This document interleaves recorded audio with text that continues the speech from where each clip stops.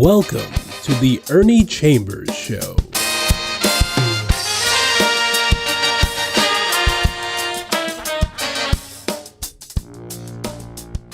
Brothers and sisters, friends, enemies, and neutrals, everybody recognizes this as the period of politics because it is the year when a president will be elected, and I'm sure, as I am, that my name is Ernie Chambers, that Kamala Harris is going to be the next president of the United States. Trump and that fool that he has for a vice presidential partner, who refer to women without children as cat ladies, who have made such a mess of their lives and are so miserable that they want to make everybody else miserable, they are riding, I think, for a fall. And instead of making fun of her name, as Trump tries to do now, he's going to find out when it's over, instead of Kamala Harris, it was Calamity Jane. Calamity Jane didn't take mess from anybody. So those words are by way of an introduction to what I'm going to talk about. And I'm going to hold up something which you cannot really read or see, but what it is, to let you know that I really got it.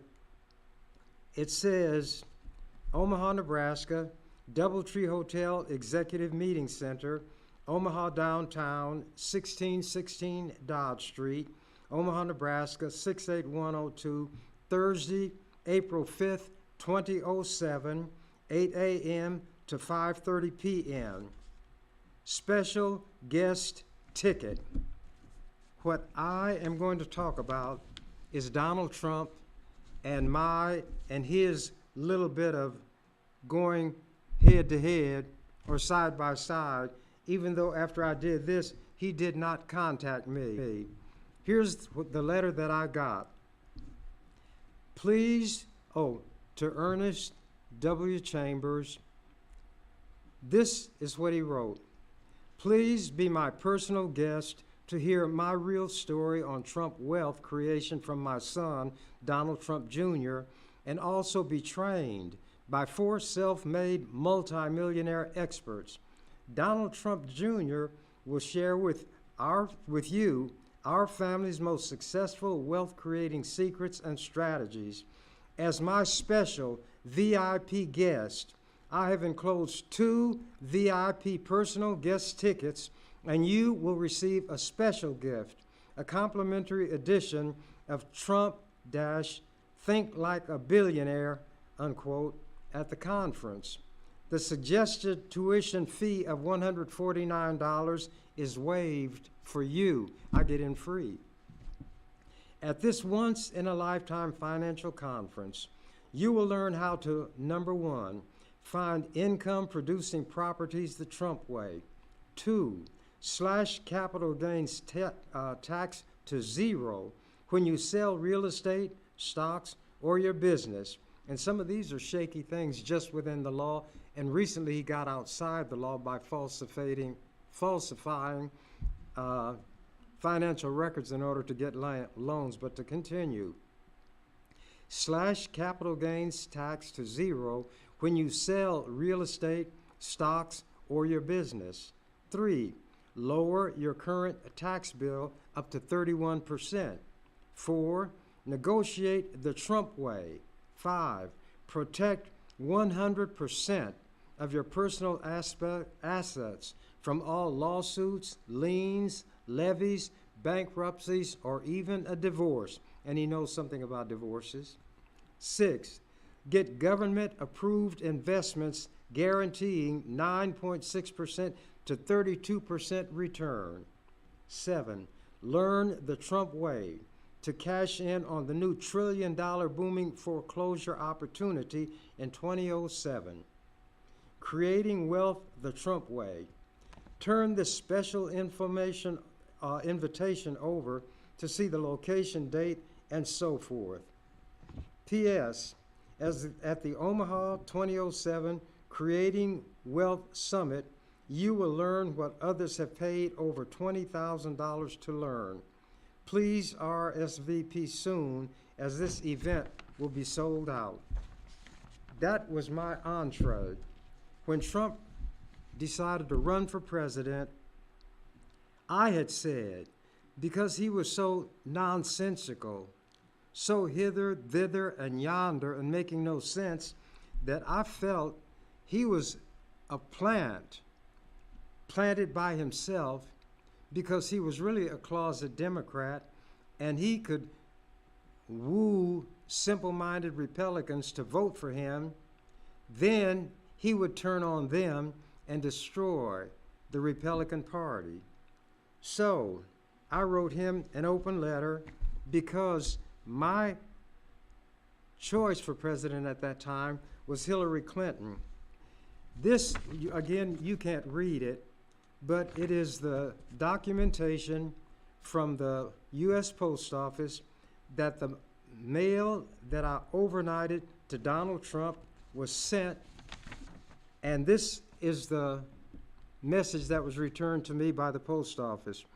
Your item has been delivered to the mail room at 11:50 a.m. on November 4th, 2016, in New York, New York, 1022. And this is the letter that was overnighted, and the one which Donald Trump's people signed for, so he actually got it.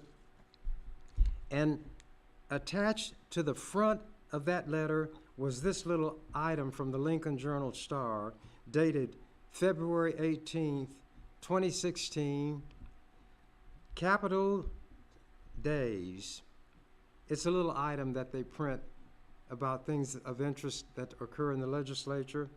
Quote, Donald Trump is an undercover Democrat, unquote, Omaha Senator Ernie Chambers said during Wednesday debate. He called the Republican presidential candidate a bomb planted to destroy the GOP. Quote, and that's why he has so much fun, unquote, Chambers said. This is the letter. And attached to the front of it, I made a small copy of that VIP invitation I got, the other material that I read to you, plus the letter that is addressed to me that this material was sent in. Regarding open letter, Mr. Donald J. Trump, Trump Tower, 725 Fifth Avenue, New York, New York, 10022. Regarding this open letter. Dear Donnie, I hope you don't mind my using the diminutive / familiar, unquote. I do not expect my name to ring a bell with you, but as you can see from the items attached to this page, we go back a ways. Not as far back as you and young Bush on the bus, but far back enough. And at this time, that young guy named Bush was interviewing Trump, and Trump stated, and it was recorded, that when you're famous, you can do anything you want to women. You can grab them by their private parts, except he used the vulgar term, and do anything else you want to do. And when that came out during Trump's campaign, he was very upset. So that's why I said he and I go way back, but not as far as he and Bush on the bus. Quote, as the days dwindle down to a precious few, unquote, it is time for me, as your self-appointed ambassador without portfolio, AWOP, to write this letter. In keeping with the so-called October surprise craze, and for some reason it seems to always happen around October, and the following month, November, is the actual election, something pops up that nobody anticipated, and it has the power of shifting the direction that the election seemed that it would go. So that's why I'm referring to it.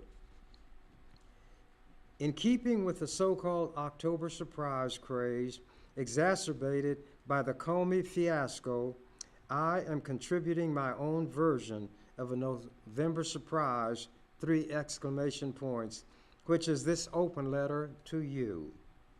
In keeping, mirroring the extraordinarily unique nature and style of your campaigning, the format of this letter is by terms helter-skelter and even a little bit jumbled and jivey. He was making those nonsensical statements that had no beginning, no ending.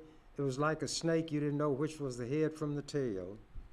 Understandably, you may wonder why in the world would a man who is an unapologetic supporter of Hillary Clinton be simultaneously the self-appointed ambassador without portfolio of her opponent? Here's why. In view of the fact that I want her to be president, I wanted her to have an opponent whom she could beat and thereby waltz, polka, rumba, samba, or otherwise dance her way into the White House. Don't bail out yet. I stated several times on the floor of the legislature, whose proceedings, gavel to gavel, are broadcast live on public television and streamed on the internet, that I am the, quote, unofficial, unappointed campaign manager, unquote, for Donald Trump, and that my goal is to see him become the Republican Party's nominee for president, with an emphasis on, quote, nominee, unquote, since my choice for president is Hillary Clinton. I presented my case in advance of Nebraska Republicans being seized by a moral imperative to join the Trump lemming march to the sea, preparatory to boarding the cruise ship Trump Titanic. Then I dropped the bombshell contained in that little newspaper clipping of my wanting to be your unappointed, unanointed ambassador without portfolio.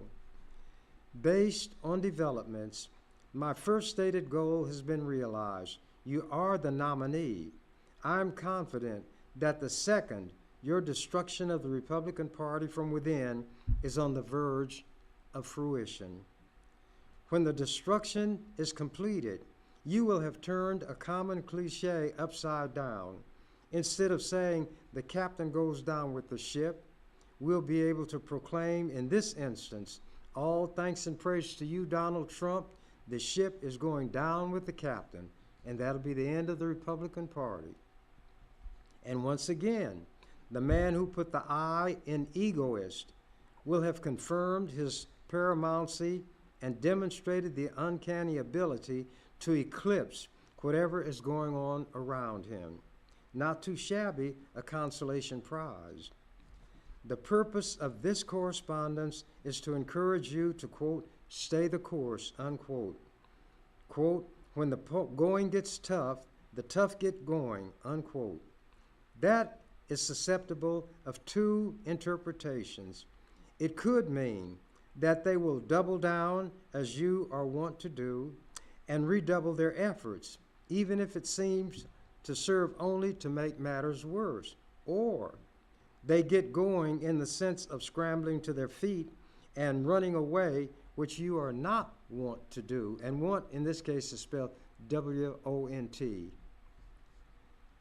Lest you misperceive or misunderstand, based on what I've written, my intent, let me make it clear by borrowing a famous passage from the bard Shakespeare's Julius Caesar.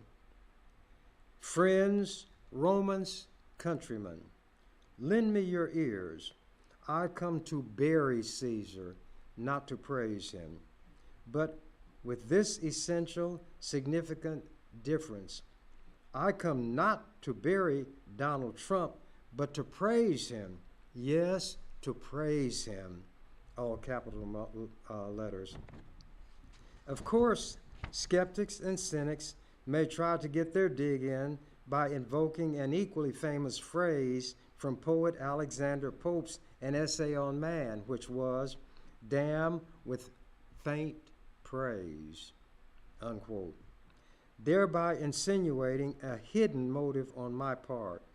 I assure you, Donnie, that my words are as sincere and trustworthy as those you have been uttering throughout your historic political sojourn. In the interest of clarification, praise is not synonymous with agreement.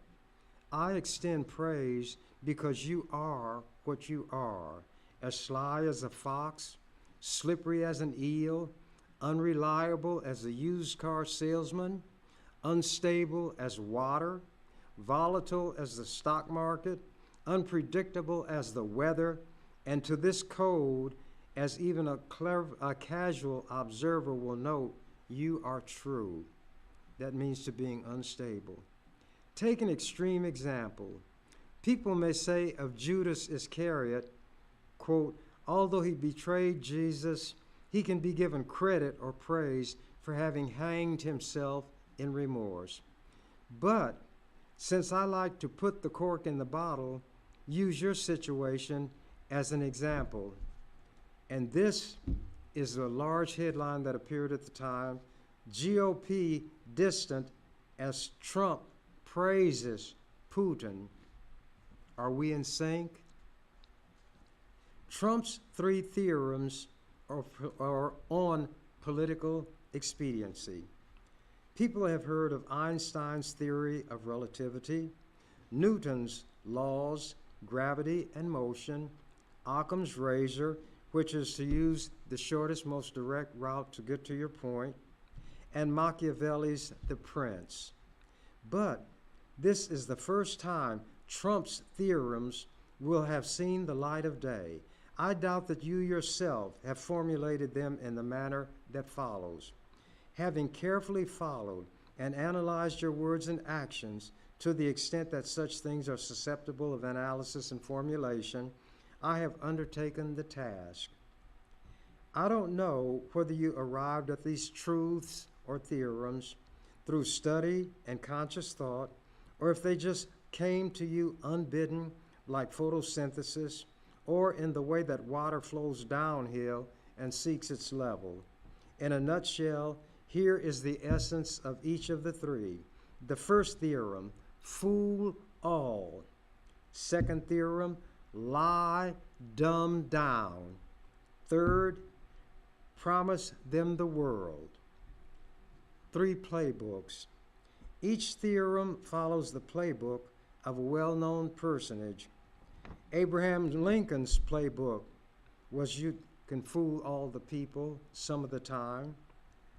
Hitler's playbook, Mein Kampf, lie and dumb down. Satan's playbook, promise them the world. First theorem, Lincoln's playbook. Honest Abe famously said, "It is true that you may fool all the people some of the time. You can even fool some people all of the time, but you can't fool all of the people all the time." The supporters comprising your base fit within the second clause. You can fool some people all the time. And you have done so, and are doing so masterfully, regardless of what you say or do, no matter how outlandish, preposterous, untrue, or unintelligible, your base unthinkingly and uncritically remains steadfastly with you. Fool all has been achieved. You can fool all of them all the time. The second theorem from Hitler's playbook, quote, all propaganda has to be popular and has to adapt its spiritual level to the perception of the least intelligent of those towards whom it intends to direct itself. The great masses of the people will more easily fall victim to a big lie than to a small one. Summarizing, tell big lies and appeal to the least intelligent. That's what you do, Donnie. You once declared that you love uneducated people. Did you by chance have that second theorem of Hitler in mind?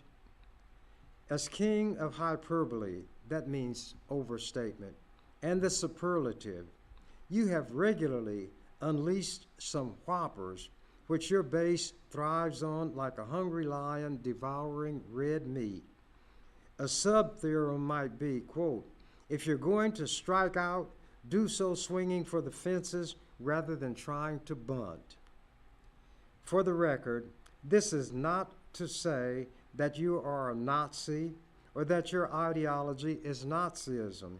although some have made such an allegation. My point is merely to show the similarity between your approach and Hitler's is inescapable. Examples: promise everything to everybody at a cost to nobody. 2. The United States can sustain itself as a self-contained economic island on this planet. All these are lies. 3. Reopen obsolete Rust Belt manufactories to produce goods for sale only on the U.S. market and give millions of good high-wage jobs to everybody who wants one, and there's no reason to raise the minimum wage, which is too high anyway. These are things that Trump promised. 4. Never detail how anything is to be accomplished. It simply will be, period. Don't mention Congress, because you'll do all of these fantastical things yourself. Theme song of the second theorem. I fling untruths into the air. They fall to earth, I know not where. And furthermore, I do not care. All in war and politics is fair. That's what I put in this little letter so Trump would have something to say if he chose to. And finally, in the fairy tale, Rumpelstiltskin was a deformed dwarf who could spin straw into gold. Using that paradigm or example, you could be dubbed Trumpelstiltskin due to your ability to spin a glaring untruth into an authoritative sounding assertion of incontrovertible fact. He's lying like that today. This year, this month, today, if he speaks. How do you know when he's lying? When his lips are moving. Lying and dumbing down have been achieved by you, again, in a masterful manner with your base. Third theorem, Satan's handbook. Promise them the world. From St. Matthew, the 5th chapter, beginning with the 8th verse. Again, the devil taketh him into an exceeding high mountain, and showeth him all the kingdoms of the world and the glory of them, and saith unto him, talking about Jesus, all these things will I give thee, if thou wilt fall down and worship me. Then saith Jesus unto him, Get thee hence, Satan, for it is written, Thou shalt worship the Lord thy God, and him only shalt thou serve. The byline could be, Fall down and worship me, for that is what happened here with Trump. Here is a headline from the Washington Post. Trump thrills Christian audience with promise. The audience included leaders and founders of many segments of the Christian right, the evangelical movement that began in the 1970s under people including the late Jerry Falwell. Among those present and involved in the program Tuesday were Focus on the Family founder James Dobson, who is no longer with that group, former Christian Coalition head Ralph Reed, and evangelist Franklin Graham, son of evangelical icon Billy Graham. Again, you handle these holy people, so-called, like a maestro. You know they, by and large, are actors. They forgot that your entertainment activities equip you to spot frauds a mile away, and such they are, and you spotted them. Check this out. Despite the fact that your conduct, open and notorious, has been everything but the conduct of a good man, you mocked the disabled. There was a reporter that Trump didn't like, and he had one of these arms that was paralyzed, and Trump was saying, yeah, that's him. He's up there like this, can't even write with his pencil. He did that publicly. Trump did. Let me get back to it. You mocked the disabled. You have used profanity in public. You've incited and condoned violence at your rallies. you've boasted and jested about sexual assaults and grabbing women by their privates. Let me get it. You've insulted, denigrated, and debased women. You've encouraged religious bigotry against Muslims. You've insulted, stereotyped, and disparaged, quote, Mexicans, unquote, as rapists, criminals, and murderers. Yet, because you made promises to these religious people and showed them all the kingdoms of the world as part of the package, they, in effect, fell down and worshiped you. Becoming willfully blind, here's what they had to do in order to go along with your program and gain your favor. He walks like a duck, he quacks like a duck, he looks like a duck, therefore he must be a chicken. He was the opposite of everything that Jesus talked about. And if you watched him just the other day, he, like an evangelist, said, you Christians must get out and vote. And if you vote this one time, you'll never have to vote again. And he let the cat out of the bag. There is a document 900 pages long put out by the Heritage Foundation called Document 2025 for the year. They hope Trump will win. It talks about how they're going to dismantle democracy, voting, government agencies like the Department of Education and so forth, and turn America into something nobody even imagined could happen. But that's what Trump did. And also, you know what the hypocrite did? He had a Bible printed called the Trump Bible, and he put the Declaration of Independence or the Constitution in the book, even though Revelation said, whoever adds to this book or takes away from it, to him shall be added the plagues spoken of in this book, meaning the Bible. Trump hasn't read it, so he didn't know that that's what it said. So he was selling the Bible. St. Mark 10. To top it all off, these so-called Christians ignored Jesus' caution. Trump boasted about being a billionaire, didn't he? It is easier for a camel to go through the eye of a needle than for a rich man to enter into the kingdom of God. But he's the one leading these Christians now out of the wilderness into the swamp. You are the master manipulator. You could teach Satan himself a thing or two. Is it becoming increasingly evident, Donnie, why I throw praise your way? Donald Trump as Teflon Politico. Donnie, I deal in analogies. You are the political equivalent of the late mafia kingpin John J. Gotti, with whom you share a middle initial.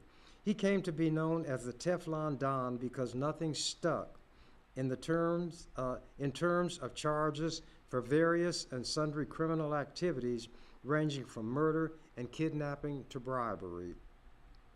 A natty dresser, that means out of sight, impeccably dressed, enamored of or in love with sartorial elegance, and kidnapping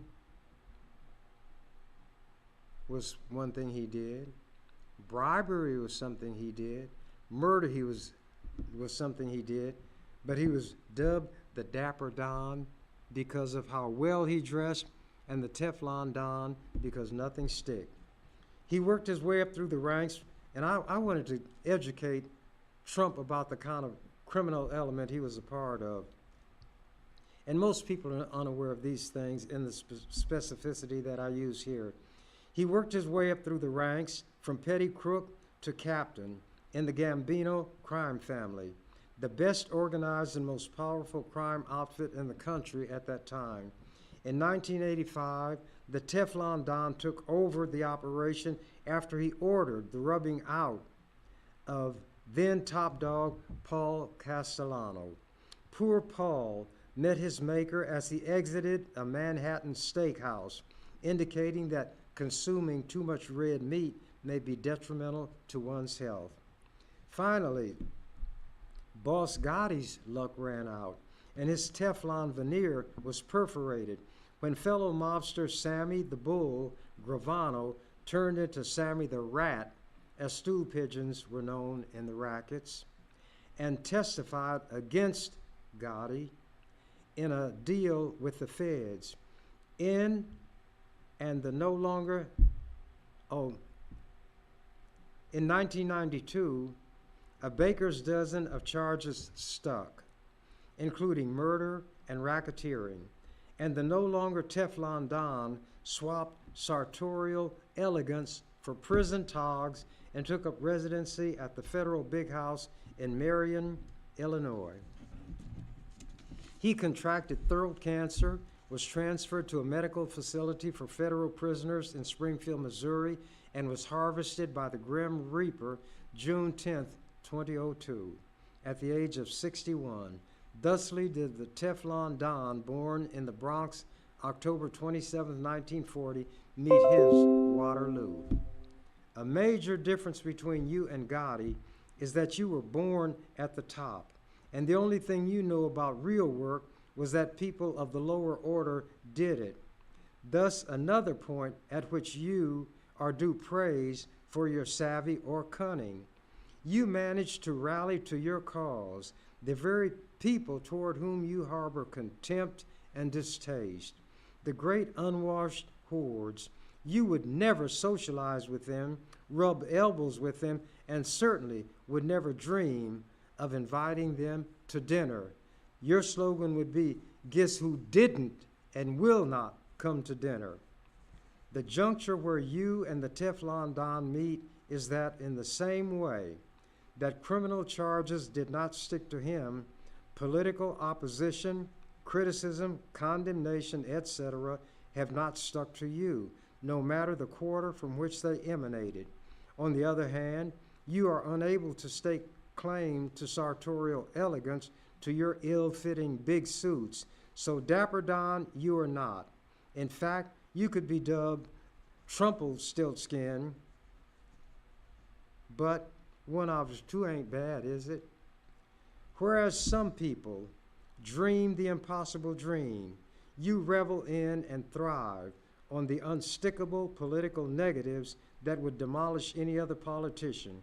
You are more Teflon than was Gotti and a more accomplished escape artist than Houdini. These are some of the headlines. Romney blasts Trump as a phony, a fraud, and a danger. Few experienced GOP strategists willing to work with Trump.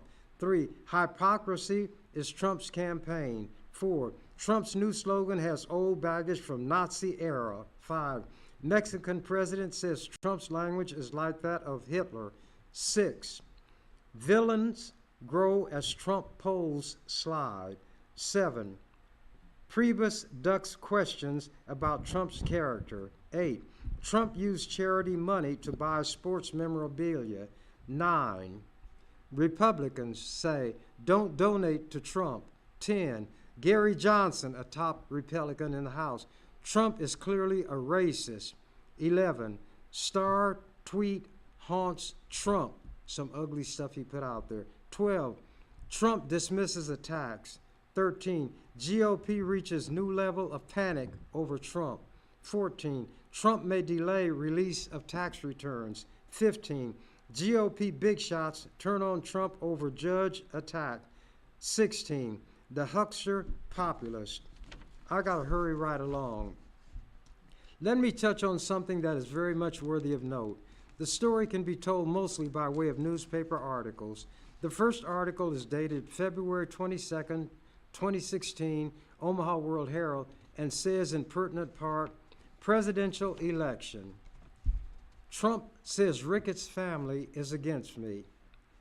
Donald Trump took aim at the Ricketts family Monday after it was disclosed that Marlene Ricketts, the wife of Joe Ricketts, was behind an anti-Trump super PAC that pummeled Trump via direct mail pieces in Iowa, New Hampshire, and South Carolina. Trump issued a veiled threat against the family on his famous Twitter account, accusing them of, quote, secretly, unquote, spending money against his presidential bid. For the record, Rick's donation was publicly disclosed over the weekend by the Federal Election Commission. Trump's tweet, quote, "I hear the Ricketts family who own the Chicago Cubs are secretly spending money against me. They better be careful. They have a lot to hide, exclamation point," end of quote. Marlene Ricketts fired back through a spokesman, saying Trump was too unpredictable to be president.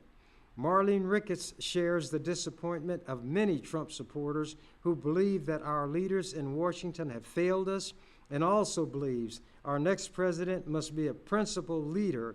In her view, Donald Trump has not been a consistent conservative and therefore would be unpredictable as our party leader. That's what Brian Baker, an advisor to the Ricketts family, said to the public.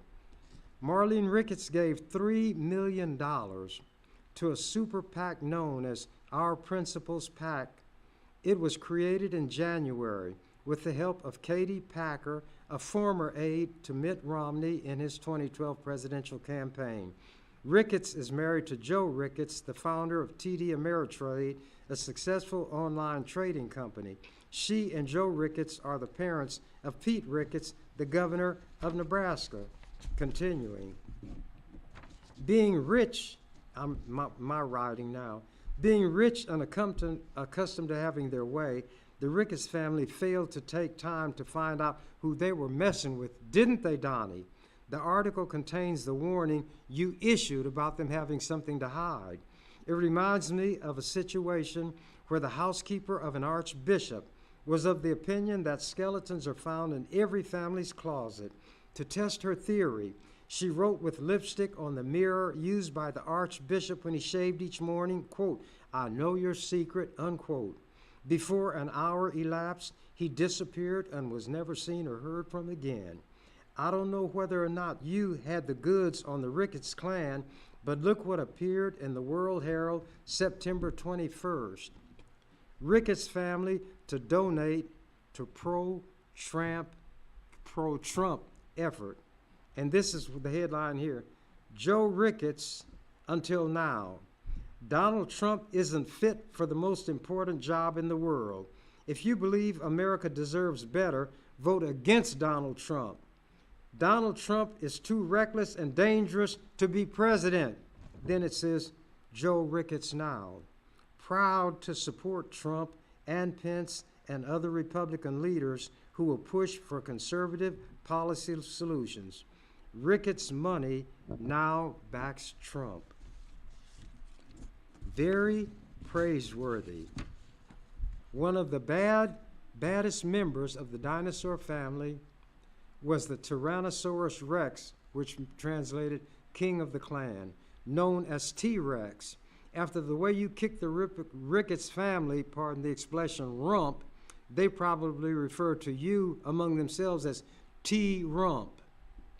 Considering that you made any number of political big shots and hot shots turn around, a little ode to T-Rump is in order.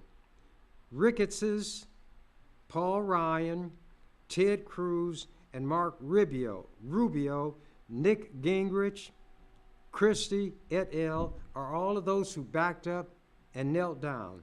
This is the ode I wrote to you, Donnie. You made them falter and brought them to heel. Then at your altar, you forced them to kneel. Did the change consist of stealing my gesture? The headline is Trump made a big campaign change. You can't really make that out, it's too small, but it shows Trump with his hands like this in front of his chest, and I was standing like this when I was speaking before the legislature. Under my picture it says, Senator Ernie Chambers makes a point during debate on the floor of the legislature in February. Chambers is seen as the master of the filibuster in the legislature. Under Trump, above Trump's head, it says, Trump made a big campaign change. Republican presidential candidate Donald Trump speaks during a campaign rally Wednesday. I know you have better things to do than to read a letter about yourself. But as you lick your wounds after the election, You may find solace or comfort by comparison in reading this. That was my letter to your president who won that time, Donald Trump. Now, I don't know how much time I have left. I'm going to try to get something out. Now, I cannot sing, but I write rhymes, and I did write a song if I can find it.